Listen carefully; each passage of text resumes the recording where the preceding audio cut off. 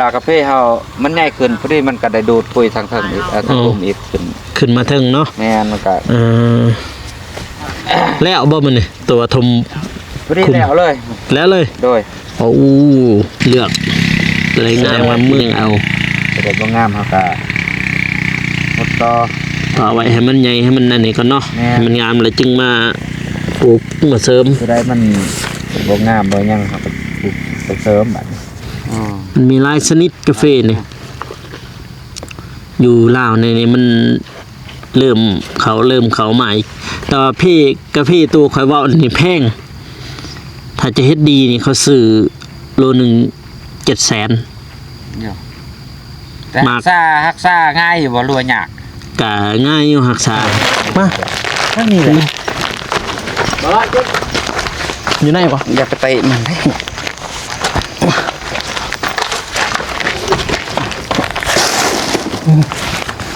เมื่อก่อนเด้อได้ปุ๋ยเลยขอบใจฉีดใช้กาแฟกับท่านได้ปลูกขอบใจหลายๆได้ใช่ปุ๋ยท่านเนี่ยเสียกาแฟเอายาไปเลยเอาได้ยาเลยดิได้ยาแล้วก็พอเลย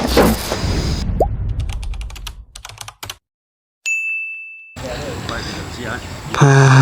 ตัวพี่น้องเลยเปิดภาพมาต่อจากอีพีที่อยู่สวนเบาโกนั่นเป็นน้องเนาะเมื่อกี้ก็ว่าในคลิปว่าหลังจากที่มาแต่สวนเบาโกแล้วก็ว่าสิเขามาทั้งหามเบาเตียงน้ำเนาะแต่ตอนนี้เบาเตียงเราออกไปซื้อบานประตูนี่แหละบ่ตามที่ได้ยินแล้วว่าไปซื้อบานประตูซีเมนต์ห้องน้ำกำลังมาแต่ชวนคือกันพี่น้องบอกกูแกมาแต่ชวนผู้พุ่น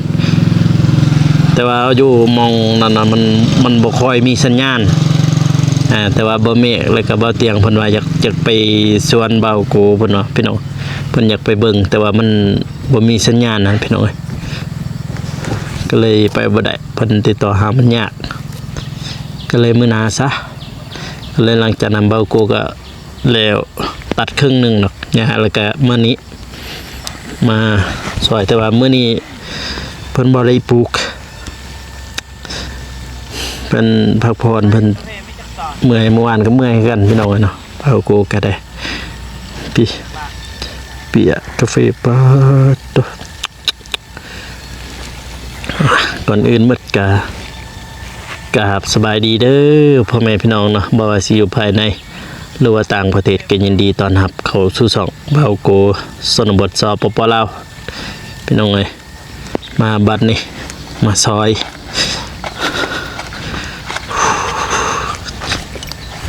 สบายดีเด้อไอแดงเด้อโดสบายดีบ่โกเฮ็ดยังในมื้อนี้นี่มื้อนี้เช้านี่ทมคุ้มเพราะว่าคุ้มมันเลิกแล้วนึงมาเฮาใส่ปุ๋ยทมห้องเปื้อนน่ะทมให้มันน่ะกบปุ๋ยทมกบปุ๋ยมันอยู่ลุมเด้แบบทมหั่นบ่ทมตัวเฮาอันนี้มื้อวานหั่นบ่แม่นเพราะว่าเฮาใส่ปุ๋ยก่อนแล้วใส่ปุ๋ยห้องพื้นแล้วบัดมันเฮาขุดคุมเลิกเด้บัดกาแฟเฮามันน้อยเฮาก็เลยทมเวลากาแฟเฮามันใหญ่ขึ้นพอดีมันก็ได้ดูดคุยทางอีกทางลมอีกขึ้นมาถึงเนาะแม่นมันก็แล้วบ่มันนี่ตัวทมพอดีแล้วเลยโดยโอ้แสดงว่ามือนี่ไอแดงเราบ่ได้ปลูกพี่น้องแม่นว่าเราทมปุ๋ยนั่นน่ะพอทำมิดเราก็ใส่ปุ๋ยก่อนพี่น้องเนาะแล้วมาอันทมดินใส่แล้วก็เอากาแฟมาปลูกแต่ว่ามื้อนี้เพิ่นบ่ปลูกมื้ออื่นเพิ่นแหละสิมาปลูกซอยหาให้งานต่อเห็นอยู่ทางน้องอัมพรเพิ่นน้องบองเพิ่นว่ามื้อนี้น้องอัมพรเพิ่นบ่ไปเด้อน่ะบ่ได้ไปปลูกกาแฟเพิ่นคิดว่าบ่เตียงสิมาปลูกอีกคืนน่ะนะในเว้ากันเมื่อวานว่ามื้ออื่นนี่มาอีกเพิ่นว่าข้อยก็พอดีข้อยก็บ่ฮู้ดอกแต่มิดก็คิดว่าสองใจจักสิมานี่จักสิไปชวนตัวเองก็ไปชวนก่อนซะมัน 3:00 นจึงสิ มาทางนี้พอดีแล้วนายหนึ่งตัดเนี่ยเวิร์นหนึ่งแล้วก็จึงมานี้มายายแต่ว่ามื้อนี้ยายกันเนาะโดยสิปลูกเลยว่าหรือว่ายายก่อนยายไว้ยายไว้มื้ออื่นยังปลูกเนาะโดยมื้ออื่นจะปลูกพี่น้อยมื้อนี้ยายไว้ก่อน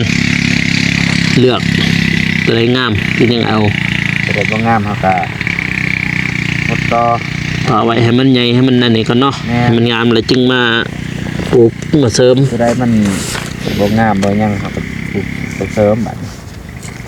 จึงมาเสริมน้ำหลัง6,000 ถวนเลยบ่เบี้ยเฟนี่แม่น6,000 ถวนเลย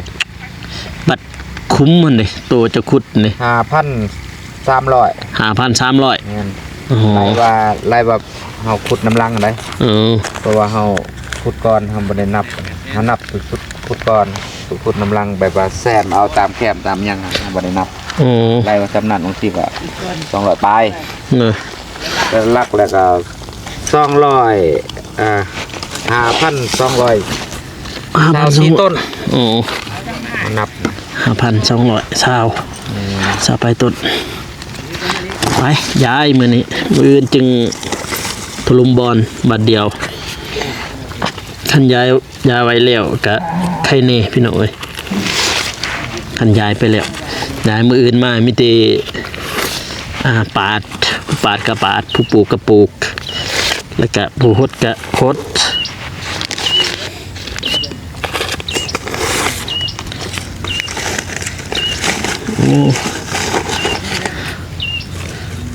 คันบอลในนอนชวนก็ดี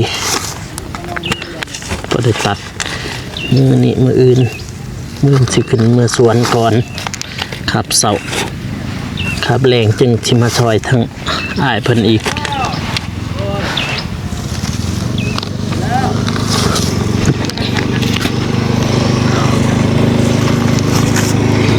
เดี๋ยวเอาตัวงามๆไปก่อนตัวแบบขี้ลายอปะน้ำหลังไปยายก่อน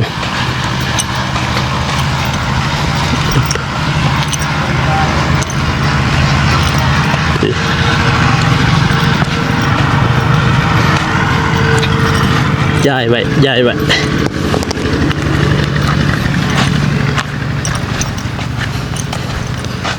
แล้วจึงปลูก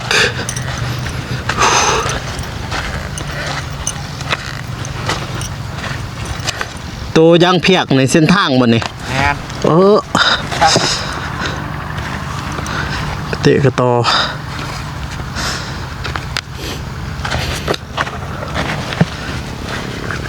กวางเติบนอกเส้นทางนี่สำรวจยังเขาได้แล้วนี่เวลาเราสิเอาปุ๋ยเอายังมายังสบายเนาะมาใส่ง่ายมีทางเอา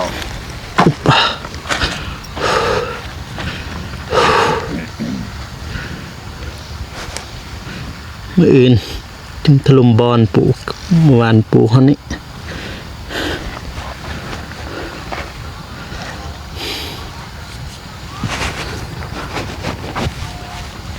ยายใช้คุ้มเลยบ่เนี่ยยายใช้คุ้มเลยหลดง่าย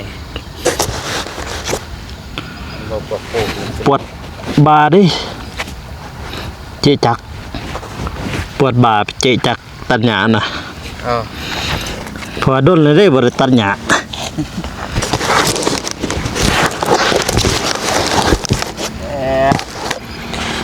ด้นแล้วบริตัดของตัวเองก็ดีแล้วว่าสิลองเฮ็ดเป็นของตัวเองเบิ่งแม่ก็ให้ไปเฮ็ดเบิ่งพุ่นน่ะไปปลูกแน่อย่างน้อยก็มีสวนมีดินเป็นของตนเองนี่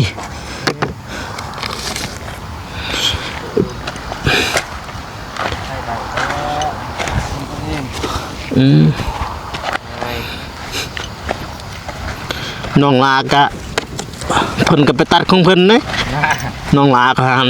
ตัวใดมาบ้านนี่บ่ตัวว่าตัวบ้านนี่แหละตัวครับกำนันมื้อนั้นจะเห็นบ่จะบ่เห็นบ่อ อยู่นี่ จะบ่ได้อยู่เนาะ แต่เห็นอยู่คลิป ผู้นั้นแหละเพิ่นก็ไปตัดของเพิ่นเองแน่น่ะของไผของลาวเลยบัดนี้เพิ่นก็สิบ่แล้วบ่มื้อนี้เพิ่นตัดทัน2มื้อเลยเด้เพิ่นไปตัดแนวแม่ค่อยแบ่งอ่ะเด้ แบ่งของใครของมันเนาะนั่นแหละสบายลูกเต่าลูกคิดกันเฮ็ดบ่ได้ก็แล้ว แบ่งนะมีแต่ บ่อยากใส่บ่ได้อยากขายก็ขายแล้วแต่แล้วตัวนั้น ขายแหละบัดบ่มีแล้วจะสู้โอ้เด้อโอ้ยมาหาอะไร ขายแล้วคือขายได้ ขายแล้วคือขายได้ ขายแล้วขายเลย แม่ตัดสินใจจังซั่นคือบางคนก็อยากแบ่งมีหน่อยเฮ็ดน้ำกันมีลายเฮ็ดน้ำกัน ก็นี่ก็คือน้องอยู่เวียงคือน้องอยู่เวียงผู้หนึงหั่นผู้ตัวเตะบานหั่นก็แบ่งคือกันแบ่งแล้วมันนี่หั่นมีแต่สิขอเงินนั่นน่ะเพิ่นขอเงินนำมาค่าตัดหญ้าแบบค่าตัดอันนั้นสวนเพิ่นหั่นนะมาแบ่งแน่หรือว่ามาให้แม่แน่นะ ได้เงิน เอามาให้แม่แน่ว่าซั่นจักล้าน1 2ล้านมาซอยจนว่าเพิ่นมาแต่นั้นเอาลูกเอาเมียได้สวนล่ะ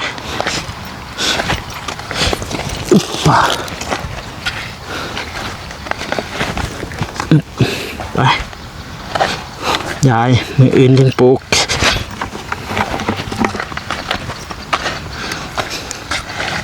มื้ออื่นเช้ากับปลูกถะเรายายเลยแหละ มีแต่ยายเลยบ่ยายไปเลยสบายคนมามันดีใจ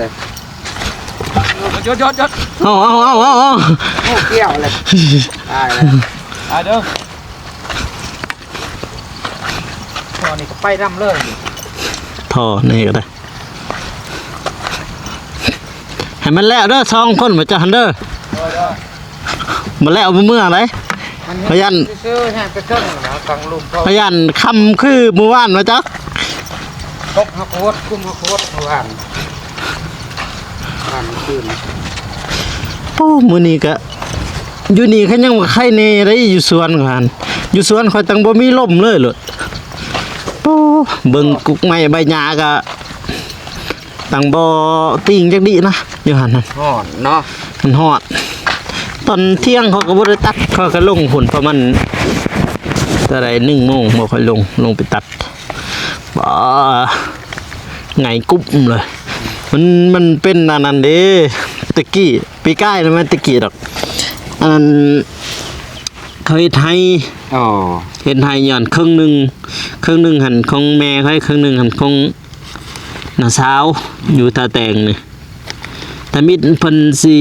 ปานเฮ็ดหน้าได้อยู่หั่นเด้เพิ่นปานแล้วปานละครึ่งหนึงเขาบ่ให้เขาว่าบ่เฮ็ดหน้าให้ไทยสิให้ถ้าเฮ็ดหน้ามันเฮ็ดคุปีเด้บัดนี้นี่แม่นสิเป็นของเพิ่นแล้วบัดสิเป็นของเพิ่นบัดนี้นี่บ่ได้แล้วบัดนี้เขาว่าบ่ให้ไว้เพิ่นเฮ็ดให้เพิ่นเฮ็ดให้เอาแบบว่าให้นี่จะสามารถปีนี้จะเฮ็ดปีหน้านี่จะก็เฮ็ดอยู่บนเก่ามันก็บ่งามแล้วแม่นมันจะปลูกมันได้อยู่ปลูกมันก็เอาบ่อยู่ก็ง่วงก็บุคือปีนะหั่นงัวบุเบิดอยู่หั่นนั่นบ่ได้ถึงซ้ำนี่แหละกาแฟวันนี้จะเบียร์อยู่เฮือนก็มีอยู่ดอกเบียร์อยู่เฮือนแต่ว่าเป็นพันธุ์ธรรมดาเฮานะพันธุ์กติโมธรรมดาเฮาแม่นพันธุ์นี่เนาะพันธุ์นี่มันทนต่อโรคแล้วก็มันใบมันบ่หล่นแน่นี่ใช่เลยนี่ใบมันบ่หล่นแน่เวลาเฮาเก็บเฮาหยังเสียหญ้าอีหยังหั่นหาติดหนีหมู่บ่เนาะยังสิซื้อเบียร์กาแฟเนี่ย เบียร์ช่างน้อยเบียร์กาแฟช่างนะวะก็ลืมเลยใส่งอน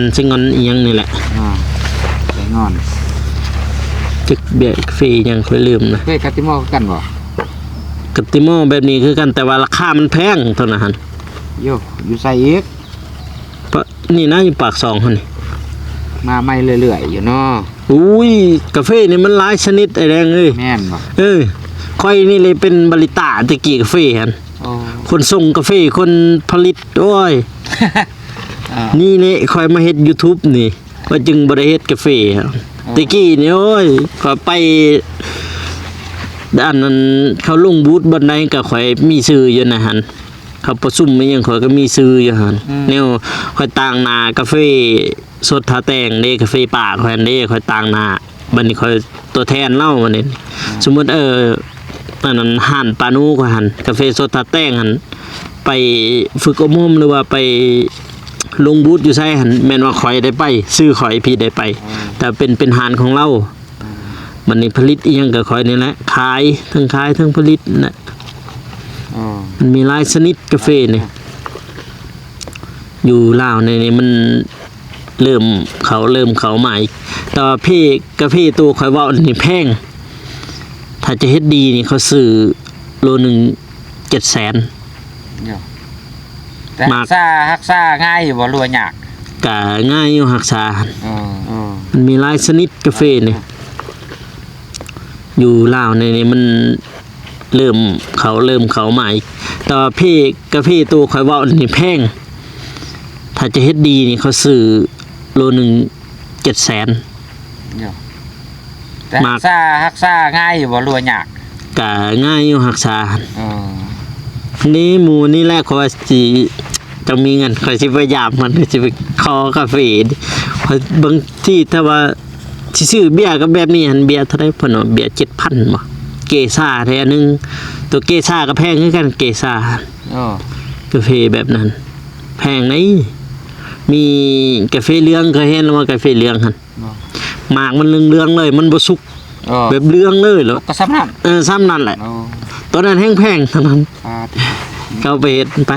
มาแต่ไสพันธุ์สมนี้เนาะมาเรื่อยๆเนาะ ปุ้ยจักเขา โอ้โหแต่ว่ากาแฟกลางกาแฟมิกกาติมอหมดเท่านั้น เท่านั้น อันอื่นบ่ฮู้แหละ ปุ้ยยังมีหลาย แต่3ชนิดนี่ก็เท่านั้น เขาเอิ้นทิปิก้าจาว่า เยลโล่แล้วก็เกซ่ามันมีหลายยังมีหลายกาแฟหั่น บ่ เขาคัดมาอย่างดีพุ่นแหละหมากมันแล้วก็คัดมาอย่างดีแล้วเขาก็เฮ็ดกระแพงนี่ได้บัดนี้นี่ครับไปขายหั่นนี่เป็นกลุ่มครับขออันแรกขอยอยากเอาน้ำเพิ่นแล้วก็จึงขอเข้ากลุ่มน้ำเพิ่นเข้ากลุ่มเราสมมุติว่า4-5 ปีเนาะมันมากเลยเฮาเก็บให้เพิ่นขายให้เพิ่นโดยเฉพาะนะแต่สิหาขายทั่วไปนี่เขาบ่จักอีหยังเขาก็ซื้อทั่วไปนะ ราคาทั่วไปอย่างนั้นแล้วบัดนี้มันเขากินมากก็แซ่บอีกได้หั่นนะ แม่น เอ้ยถ้าเจ้า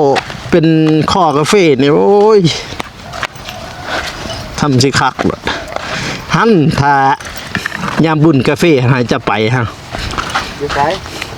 อยู่ปากซองนี่ อ๋อมีบุญกาแฟนะ มีเลยบุญชากาแฟแต่ละหานเขาเซิ้นมาให้เจ้ามาโปรโมทขายกาแฟเจ้าแต่ก็โปรโมทบัดนี้ขายมันมีคนต่างประเทศแน่แล้วก็คนในลาวหั่นนี่แน่อัตตปือสารวันอัตตปือเนี่ยบ่สู้ได้เห็นอัตตปือ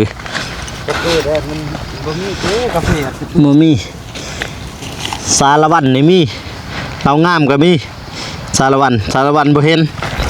เรางามมีเรางาม ก็เขตปากซองเฮาคือกันนั่นแหละ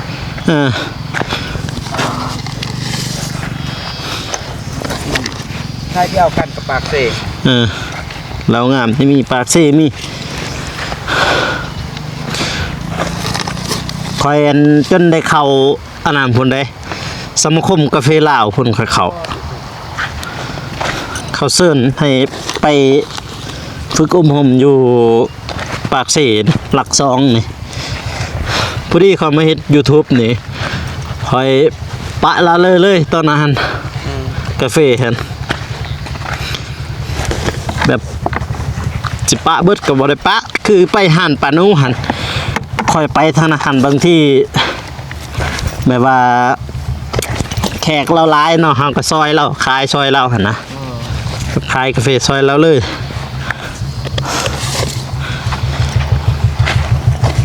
แต่เพราะว่าคอยอยู่หันก็หลายปีได้น้ำเราก็ฮู้จักเบิดแล้วแบบว่าเอาสามารถไปตั้งห้านได้พุ่นแหละขายหันตะกี้แบบว่าสามารถเปิดห้านได้เลยอาจารย์คนไทยเห็นเล่าติดต่อหาข่อยตลอดแนวข่อยเป็นลูกศิษย์แล้วเด้ตะกี้หั่นเป็นลูกศิษย์แบบว่าเล่าและฝึกข่อยถึงฝึกขวาถึงฝึกดมกินมันหั่นกินกาแฟนะโอ้ยถ้าว่ายามบุญกาแฟซ้ำเจ้าสิกินกาแฟซิมเลยแหละทุกห้านมันรสชาติได้เนาะมันก็ต่างกันอีกแล้วรสชาติได้ของเจ้าแบบใดมันก็ต่างกันอีกต่างคนละแบบอีก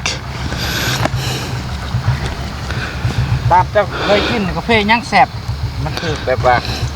ค่อยบ่กินค่อยกาแฟเยลโล่กาแฟเหลืองฮะกาแฟเยลโล่จะกินมาแล้วมันเสียมันอยู่ในลิ้นนี่จะรู้สึกมันแซ่บโอ้ยคักเขากินนั่นน่ะเป็นกาแฟเหลืองแต่ว่าต่างประเทศเขาเอิ้นกาแฟเยลโล่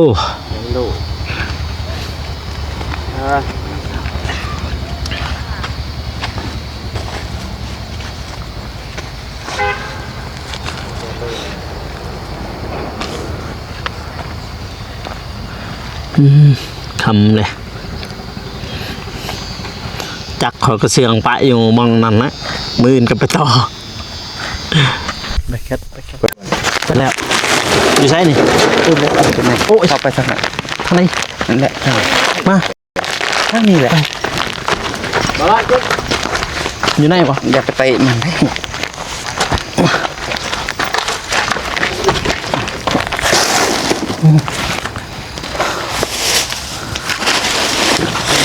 ลงบอกจะเอ็มรอยกระทิงแดงเบาบะมักกระทิงบะมักช่องแรงมันแห้งโพดคอยมันแข็งแรง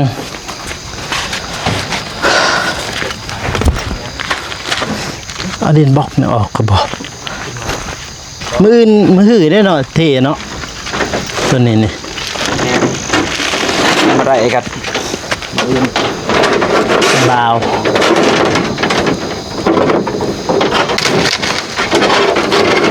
ลงมา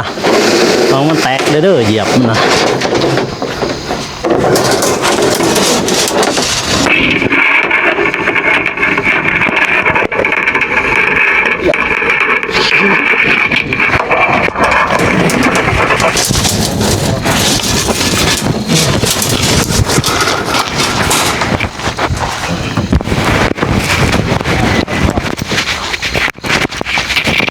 แล้วมันร้อยเมื่อก่อนเนอะได้ปุ้ยเลยขอบใจฉีดใช้กาแฟกับท่านได้ปลูกขอบใจหลายๆได้ใช่ปุ้ยท่านได้หาเสียกาแฟเอายาไปเลยเอาได้ยาเลยดิได้ยาแล้วก็พอเลยปุ้ยไปแค่ล้าน2 ล้าน 4ตัวนี้เลยเบิดนั่นใช้เวลาหนึ่งค่อยว่าตอนนี้ค่อยว่า2 ล้าน 4นะมันกินเมื่อนะจะว่าล้านหนึ่งจะว่าล้าน4จะว่าล้าน4เลยซะค่อยว่าล้าน 4ป่ะโดยฮะโดยจะสั่นนี่ล้าน 4ใช้นั่นธรรมดา2 ล้าน 4ใช่มั้ย2 ล้าน 4 2 ล้าน 4ว่าใครตกใจแต่ แต่ว่าอันหนึงเฮาซื้ออันหนึงอันนั้นสิ อ๋อ อยู่สองอันมันก็รู้จักแล้ว เฉพาะว่าจะว่าไปมีใส่แบ็คแคทแม่นมาแบ็คแคทบ่เคย 1 ลิตร แต่ว่าเห็นอยู่ในนี้มีแต่อันนั้นทะเลียนเนาะ นี่เด้บ่ชัวร์เขาบอกอยู่เด้ ก็มีหมดอันนั้น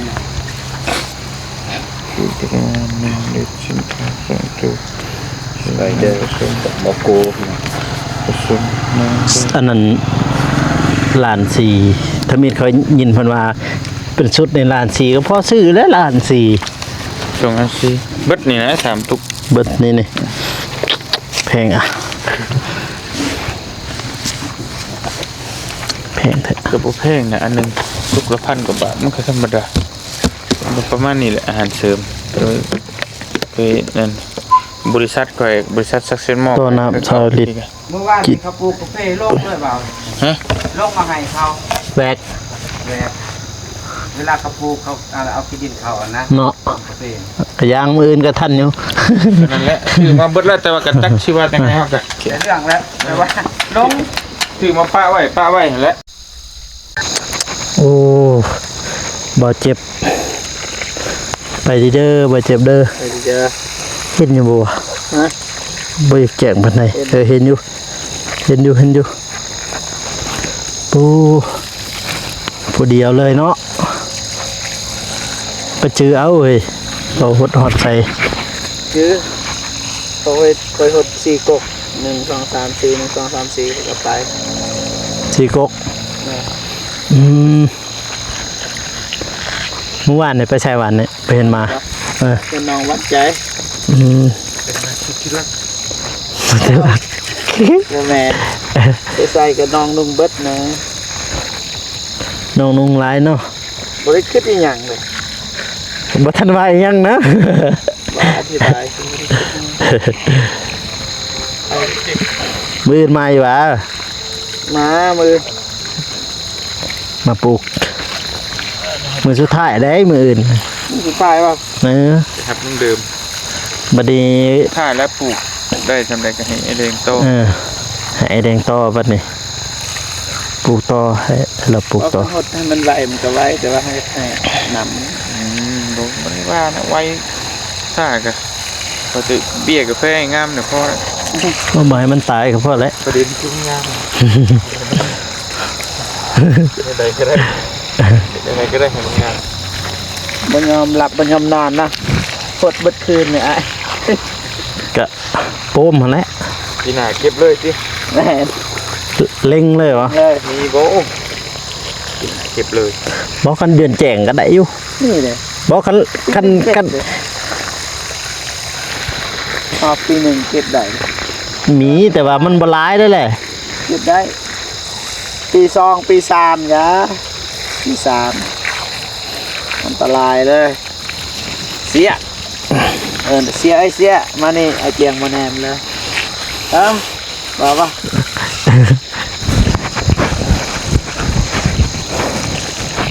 มื้ออื่นเคยไหมสิบ่มาบ่ ไป นั่นแหละเคยไหมนั่นแหละ จะได้คืนมา ประตูนั่นแหละ เราว่างนะ ก็มื้อนี้ก็มืดค่ำนะพี่น้องเนาะเมื่อกี้ก็ย่อปุ๋ยแล้วก็มื้ออื่นจึงมาสืบต่อพี่น้องกันเนาะสืบต่อก็คือปลูกกาแฟทางบ่กูเองก็บ่ฮู้ว่าสิมาตอนเช้าหรือว่าตอนแลงเนาะพี่น้องเนาะบางทีก็ขึ้นเมื่อตัดหญ้าต่อพี่น้องเนาะเพราะว่าจักเฮากับปะอยู่สวนนั่นเลยเสื่องเอาเด้เสี่ยงเอาจักกระจักใหม่ๆพี่น้อง จักใหม่ๆเลยแม่เราซื้อมาสอบจากทะเลบ่ฮู้กันซื้อจากตัญญาแล้วก็สิตัดบางทีก็ตอนแรงประมาณ2-3 โมงจึงสิมาซอยเพิ่นทางนี้อีกพี่น้องเนาะบัดนี้ก็ทางบ่กูเองก็ขอบอกขอบใจเด้อผู้ใหญ่ใจบุญทุกท่านเนาะผู้เพิ่นเบิ่งคลิปบ่กูแต่ต้นจนจบจังได๋ก็ขออวยพรให้ผู้ใหญ่ทุกท่านจงมีแต่ความสุขความเจริญเนาะปรารถนาสิ่งใดก็ขอให้ได้สิ่งนั้นให้ได้ดังสมปรารถนาไปใส่มาใส่ไปฮอดจอดให้ถึงให้มีแต่คนฮักคนหอมคนฮักคนแพงลินปีใหม่ก็ให้ม่วนๆเด้อทางผู้ใหญ่ใจบุญทุกท่านเนาะ ให้หลับให้ลื่นคลิปนี้เบาโกขอตัวลาไปก่อนเนาะสำหรับคลิปนี้ขอกล่าวเข้ามาสบายดีพี่น้องแล้วเจอกัน EP หน้าเด้อพี่น้องเด้อบ๊ายบาย